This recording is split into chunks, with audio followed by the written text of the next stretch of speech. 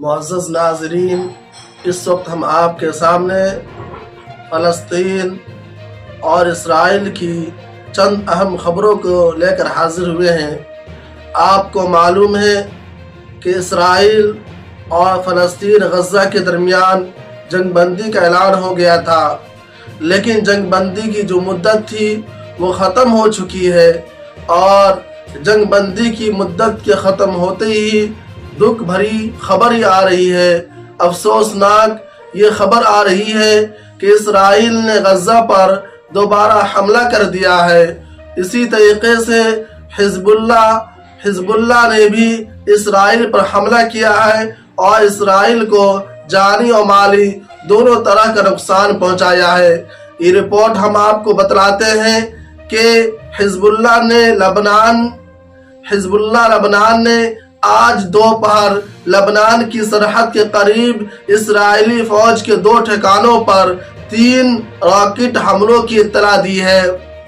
फारस न्यूज़ के रिपोर्ट के मुताबिक गुज़श्ता रोज़ गज़ा में 7 रोज़ा जंगबंदी के खात्मे के साथ ही हिज़्बुल्लाह लबनान की तरफ से गासिब फौजियों के ठिकानों पर हमले भी शुरू किए हैं और आज लबनान की मुज़ाहमती फोर्स ने इसराइल के ठिकानों पर 3 अलग अलग हमलों की इत्तला दी है।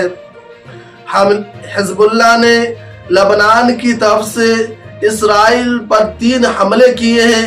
3 हमलों में क्या नुकसान हुआ है, आइए वो हम आपको बतलाते हैं। पहले हमले में हिज़्बुल्लाह लबनान ने बताया कि उसने लबनानी सरहद के करीब खुरबा मायर के फौजी ठिकानों पर इसराइली फौज के तोप खाने को निशाना बनाया। चंद घंटे बाद ही दूसरे हमले में लबनान की इस्लामी मुज़ाहमत ने ऐलान किया कि गज़ा और मुज़ाहमत की हिमायत में उसने राहिब की फौजी ठिकाने और उसके दिफाई साज सामान को मुनासिब हथियारों से कामयाबी से निशाना बनाया है। तीसरे हमले में लबनानी हिज़्बुल्लाह की मिसाइल ने इसराइली फौज के 91वें डिवीज़न की कमांडर से ताल्लुक़ रखने वाले फौजी ठिकाने बरानियत को निशाना बनाया है। हिज़्बुल्लाह ने इसराइल के चंद ठिकानों को निशाना बनाकर उसको बिल्कुल ही तहस नहस कर दिया है। आइए इसी मौके से एक बड़ी खबर हम आपको बतला रहे हैं कि जो अभी हालात बन रहे हैं इसराइल, गज़ा और हिज़्बुल्लाह, इन तमाम के दरमियान जो जंग चल रही है, इसमें जो हालात बन रहे हैं, ऐसे हालात के बारे में गासिब इसराइल हुकूमत ने आर्जी जंगबंदी में 4 दिन, 2 दिन और 1 दिन की 1 हफ्ते की तौसी के बाद मज़ीद तौसी कबूल नहीं करते हुए जुमा 1 दिसंबर गज़ा पर सेहूनी फौज के हमलों का वहशियाना सिलसिला फिर शुरू हो गया था। हमास के रहनुमाओं को कत्ल करने का मंसूबा बनाया जा रहा है। इसराइल के वज़ीर आज़म नेतन्याहू ने एजेंसी को खबर दी है कि हमास के जो लीडर है, जो वज़ीर आज़म है और इसी तरीके से हमास के अंदर जो जनरल वगैरह है उसको चुन चुन कर कत्ल करने की साजिश की जा रही है। दूसरी तरफ शाम से ये बड़ी खबर आ रही है इस वक्त के शाम की वजारत दिफा ने एक बयान में कहा है कि आज हफ्ते की सुबह गासिब इसराइल ने मकबूजा जौलान से दमिश्क के मुज़ाफ़ाती इलाकों को अपने फ़िज़ाई हमले का निशाना बनाया, लेकिन शाम के एयर डिफेंस सिस्टम ने ज़्यादातर मिसाइलों को मार गिराया है। इस बयान के मुताबिक सेहूनी हुकूमत के फ़िज़ाई हमले में सिर्फ माली नुकसान हुआ है, किसी की जान नहीं गई है। सेहूनी हुकूमत की फ़िज़ाई जारहियत ऐसी हालत में जारी है कि जब शाम की हुकूमत ने 12 अक़वाम मुत्तहिदा और सलामती कौंसिल को खतूत इरसाल किए हैं और कहा है कि किसी न किसी तरीके से इसराइल, गज़ा, फ़लस्तीन के दरमियान जो जंग चल रही है उसको हमेशा के लिए बंद कर देनी चाहिए। इसी तरीके से एक और खबर आलम इस्लाम से आ रही है। वो खबर क्या है, आइए हम आपको खबर बतलाते हैं। خبر یہ ہے کہ اسلامی جمہوریت ایران کی وزارت خارجہ کے ترجمان ناصر کنعانی نے دہشت گردی سے متعلق ایک بڑا بیان جاری کیا ہے اور دعویٰ کیا ہے کہ امریکی وزارت خارجہ کی سالانہ رپورٹ پر اپنا رد عمل ظاہر کرتے ہوئے کہا کہ دہشت گردی کے بارے میں امریکی حکومت کی رپورٹ بین الاقوامی سطح پر کوئی اہمیت نہیں رکھتی ہے۔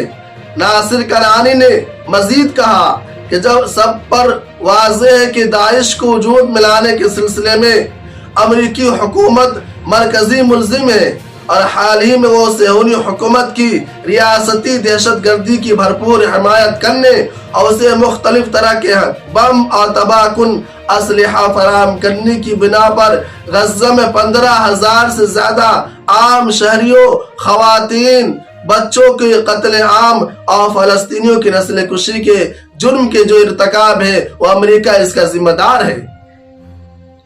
آئیے اس وقت پاکستان سے بڑی خبر آ رہی ہے۔ آپ جانتے ہیں پاکستان کی ایک بڑی پارٹی پی ٹی آئی جس کے چیئرمین سابق پاکستان کے کپتان عمران خان تھے اور عمران خان اس سے پہلے پاکستان کے وزیر اعظم بنے تھے، لیکن کسی وجہ سے اس کی حکومت گرا دی گئی اور حکومت گرانے کے بعد عمران خان کو اپوزیشن بار بار ٹارگیٹ کرتا رہا اور اس پر بہت سارے مقدمات داغے گئے۔ اسی موقع سے عدالت نے پاکستان کے چیئرمین عمران خان سے پی ٹی آئی کی چیئرمینی کا عہدہ چھین لیا ہے اور انتخاب جو ہوا ہے پاکستان کی پی ٹی آئی پارٹی کے نئے چیئرمین بنائے گئے ہیں۔ نئے چیئرمین کا نام ہے بیرسٹر گوہر خان، پارٹی کے نئے چیئرمین بنائے گئے۔ تو ہم بدائی دیتے ہیں کہ بیرسٹر گوہر خان جو پی ٹی آئی پارٹی کے چیئرمین بنائے گئے ہیں۔ اسی موقع سے بیرسٹر گوہر خان پارٹی کے چیئرمین بنتے ہوئے ایک بیان جاری کیا ہے۔ کیا بیان جاری کیا ہے؟ انہوں نے کہا ہے کہ نو منتخب chairman party P T I barrister Gohar Khan نے کا کہنا ہے کہ ہمارے خلاف 180 کیسز بنائے گئے ہیں، عدلیہ سے بھی ہمیں کوئی راحت نہیں مل رہی ہے، جو راحت ملنی چاہیے وہ راحت نہیں مل رہی ہے۔ چیف جسٹس آف پاکستان اپنی گاڑیاں واپس نہ کرے، ہمیں انصاف دے۔ یعنی عہدہ سنبھالتے ہوئے پی ٹی آئی کے نو منتخب چیئرمین نے کہا کہ ہمارے خلاف پی ٹی آئی کے خلاف جو کیسز درج کیے گئے ہیں اس کی سماعت کرے اور صحیح انصاف پر مبنی فیصلہ سنائے۔ انہی خبروں کے ساتھ میں آپ سے رخصت ہوتا ہوں۔